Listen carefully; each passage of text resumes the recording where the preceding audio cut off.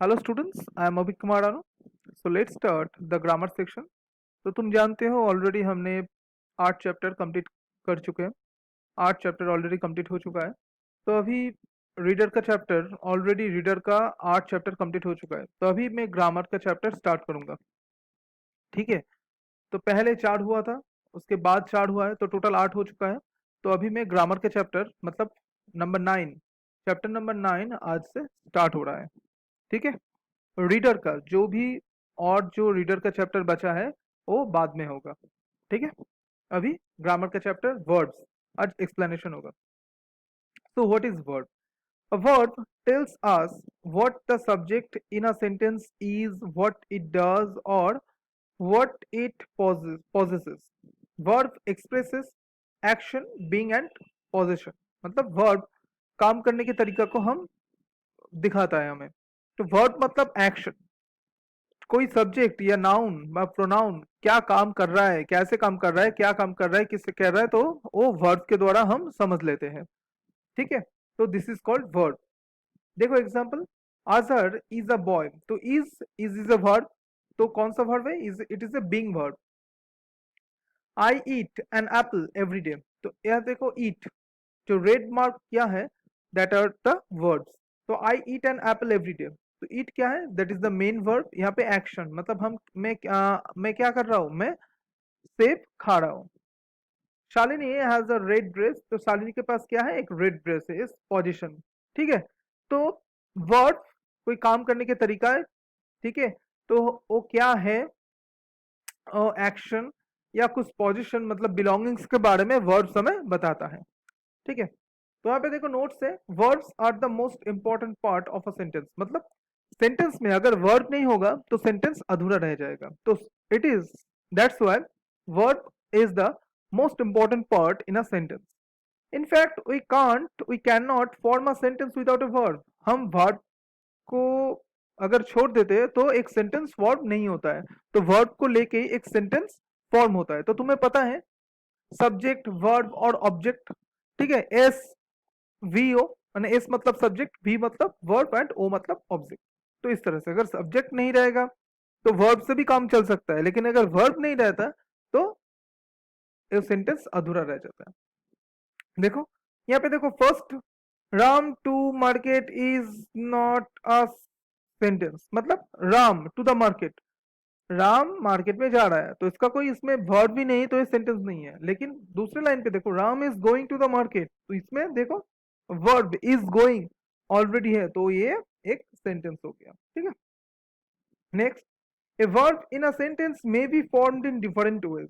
मतलब सेंटेंस में वर्ब कई तरह के बैठ सकता है। जैसे संध्या सैट ऑन द चेयर, मतलब वन वर्ड। ठीक है, एक वर्ड। मतलब संध्या चेयर के ऊपर बैठा है, देखो एक ही वर्ब है। Raj is sitting on the stool, मतलब राज स्टूल के ऊपर बैठे हुए। टू वर्ड्स, मतलब देखो वर्ब दो है, एक इज वर्ब है, एक सिटिंग ए वर्ब है। मतलब एक से ए सेंटेंस में दो वर्ब है। नेक्स्ट देखो, Parijat will be sitting on that sofa. तो यहाँ पे देखो तीन वर्ड्स है, तीन वर्ब है, विल है, बी है एंड सिटिंग है। तो यहाँ पे तीन वर्ब है। ठीक है। Next, words that express action, जो एक्शन के बारे में वर्ड्स हमें बताता है। जैसे words like go, sit, stand, talk, walk, express actions. मतलब अगर इस तरह से वर्ड अगर रहता तो वर्ड के द्वारा हम एक्शन को समझ लेते हैं। जैसे कि गो मतलब जाना, सीट मतलब बैठना, स्टैंड मतलब खड़े रहना, टॉक मतलब बात करना, वॉक मतलब कई तरह जाना। देखो, go to the market, all work 4 kilometre, मतलब अगर these are the main verbs. ठीक है, these are the main verbs.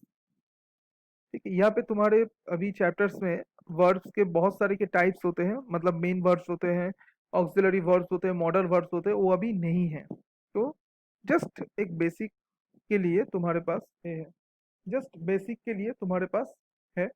तो गो, सीट, स्टैंड, टॉक, वॉक अगर रहता तो इसका मतलब वर्ब के द्वारा हम एक्शन को समझ लेते हैं। तो नेक्स्ट पेज पे जाते हैं। तो नेक्स्ट पेज पे देखो, यहाँ पे वर्ब्स दैट डिनोट बीइंग, मतलब जो बी वर्ब होता है, बी वर्ब के अंतर वर्ब्स बी वर्ब के अंदर कौन सा वर्ब रहता है, देखो am, is, are, was, were, being, been, ये सब रहता है बीइंग, मतलब बी वर्ब के अंदर। इस सब को हम बी वर्ब कहते हैं।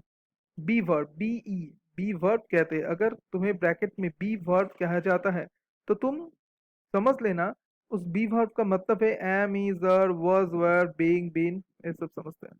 Gradually, these verbs are used with other action words in a sentence, but they can act the main verb too. ठीक है, अब देखो इसमें मेन वर्ब भी यूज होता है और हेल्पिंग वर्ब भी यूज होता है। तो मैंने तुम्हें पहले ही कहा था वर्ब के कई तरह के टाइप्स होते हैं। हाँ, प्राइमरी वर्ब होते हैं, हाँ, ऑक्सिलरी वर्ब होते हैं, मॉडल वर्ब्स होते हैं। तो ऑक्सिलरी और हेल्पिंग वर्ब्स उसको कहते हैं। तो अब देखो जनरली आई एम रीडिंग, इसमें देखो दो वर्ब है, तो रीडिंग और एम। तो एम यहाँ पे हो जाएगा हेल्पिंग वर्ब और रीडिंग हो जाएगा मेन वर्ब। देखो यहाँ पे लिखा है ही इज एन अकाउंटेंट, यहाँ पे देखो कोई मेन वर्ब नहीं है, इसीलिए इज मेन वर्ब हो जाएगा, डायरेक्टली इज मेन वर्ब हो जाएगा। अगर इज के साथ कोई अगर मेन वर्ब रहता तो इज हो जाता हेल्पिंग वर्ब और दूसरा वाला वर्ब हो जाता मेन वर्ब। तो इसमें देखो कोई मेन वर्ब या कोई दूसरा वर्ब नहीं है, इसीलिए इज हो गया main verb. They are in the next room, यहाँ पे देखो कोई दूसरा वर्ब नहीं है, आर ही एक ही वर्ब है, तो आर हो गया main verb. Radha was going out, यहाँ पे देखो वॉज के साथ गो भी है, मतलब गो के साथ आईएनजी भी जो हुआ है, मतलब गोइंग भी वर्ब है, वॉज भी वर्ब है। तो गोइंग में क्या होगा, गोइंग हो जाएगा मेन वर्ब एंड वॉज हो जाएगा helping verb. She was late, यहाँ पे देखो कुछ नहीं है, तो वॉज हो जाएगा, क्या हो जाएगा मेन वर्ब। यहाँ पे कुछ मेन वर्ब है ही नहीं, तो वॉज डायरेक्टली मेन वर्ब हो जाएगा। एंड दे वर बिजी, तो यहाँ पे वर भी मेन वर्ब हो जाएगा। ठीक है, अब नेक्स्ट चैप्टर पे आते हैं, चलो नेक्स्ट चैप्टर पे वर्ब्स दैट डिनोट बिलोंगिंग। जो पोजीशंस या बिलोंगिंग के बारे में मैंने पहले बताया था, ये चीज मेरा है, ये चीज मेरा है, उस चीज के बारे में अब देखो कौन सा वर्ड के कौन सा वर्ड्स अगर सेंटेंस में होगा तो हम समझ लेंगे कि ये बिलोंगिंग से पोजीशंस के बारे में बता रहे हैं, मतलब एक खुद का है। देखो the words has, have, had अगर सेंटेंस में रहा तो सब कुछ वर्ब है, लेकिन वर्ब की कुछ कैटेगरीज है। तो इस वर्ब को हम पोजीशन मतलब पॉजिटिव वर्ब कहते हैं, या इस वर्ब को हम बिलोंगिंग वर्ब कहते हैं। जैसे I have a new toy, मेरे पास एक न्यू टॉय है, मतलब वो टॉय मेरा ही है, मेरा खुद का है।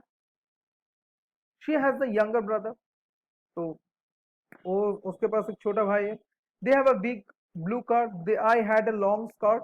तो देखो हैव, हैज, हैड, हैव, जो जो रेड काली से यहाँ पे मार्किंग किया है वो सब वर्ब्स है, सब वर्ब्स है, लेकिन क्या वर्ब है, पोजीशन वर्ब है। पोजीशन मतलब बिलोंगिंग। तो यहाँ पे एक नोट देखो, the verb have also means to eat और टू एक्सपीरियंस। मतलब he has 7 almonds every morning. Have, जो हैव मीनिंग है, हैव का मतलब टू ईट या टू एक्सपीरियंस, मतलब खाना होता है या कुछ एक्सपीरियंस करना, समझने के लिए हम हैव जनरली यूज करते हैं।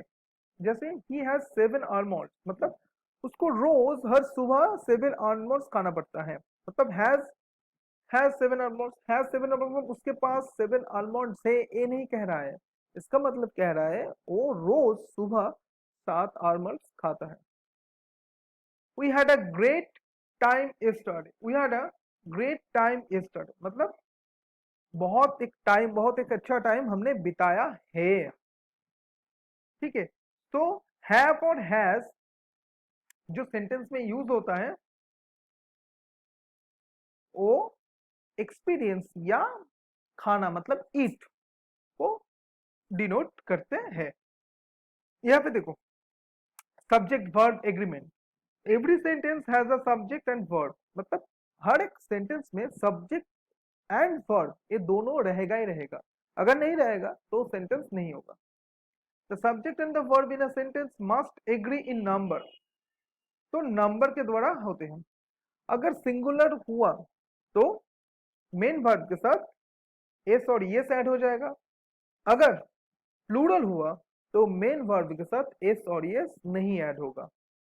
ठीक है, तो he a worm rigs in the water, Rani is coming out of the room. तो देखो रानी इज कमिंग आउट, देखो रानी, रानी देखो, रानी देखो सिंगुलर, रानी देखो सिंगुलर, तो इसीलिए इज कमिंग हुआ, रानी के साथ इज चला गया। ठीक है, अगर प्लूरल होता तो आर होता, सिंगुलर हुआ इसीलिए इज हुआ, सिंगुलर हुआ इसीलिए इज हुआ। अगर प्लूरल होता, अगर ब्रदर्स सिस्टर्स फ्रेंड्स होगा तो आर होगा, लेकिन देखो यहाँ पे रानी सिंगुलर है तो इससे इज हुआ।